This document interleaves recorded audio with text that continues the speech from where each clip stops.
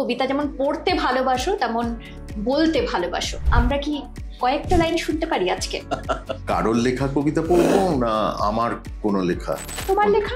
যেহেতু জীবনের কথা বলছি, সম্পর্কের কথা বলছি, এটা সেই রকমই একটা কবিতা। সমুদ্রে যাবে মল্লিকা? সমুদ্রে চলো না। রাত্রির ভীরু অন্ধকারে নয়, প্রচন্ড দিবালোকে হাতে হাত ধরে একবার নগ্ন দাঁড়াবো সমুদ্র থেকে। তারপর পিছন ফিরে ম্লান হেসে হারিয়ে যাব, হেঁটে হারিয়ে যাব সমুদ্রে। চলো না মল্লিকা, সমুদ্রে হেঁটে হারিয়ে যাই, মিশে ক্ষুদ্র দুটি মাছের মতো ভেসে বেড়াই নীল নির্মল জলে। তোমাকে অপলকে আর একবার বারবার দেখব, সেই নীল স্বচ্ছতায় স্বপ্ন মাখা মনের বুদবুদ কেটে ভেসে বেড়াই।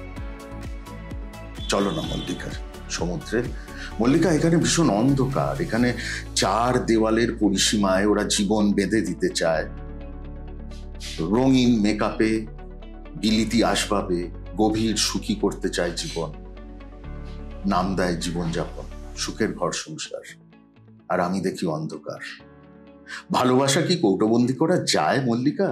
যখন নিশ্চিন্তে নিঃশ্বাস নিতে পারি না, যখন সমস্ত প্রশ্বাসে মনে হয় বিষ, যে বিষ তোমার দমরুদ্ধ করা মায়াময়তায় জ্বালা ধরাতে পারে, মাখিয়ে দিতে পারে কালিমা, তখন কি পারি মল্লিকা এই 10 ফুট বাই 10 ফুটের পরিধিতে বসে শান্তির ঘুম চোখে অবাধে হারিয়ে পেতে স্বপ্নের হৃদয়?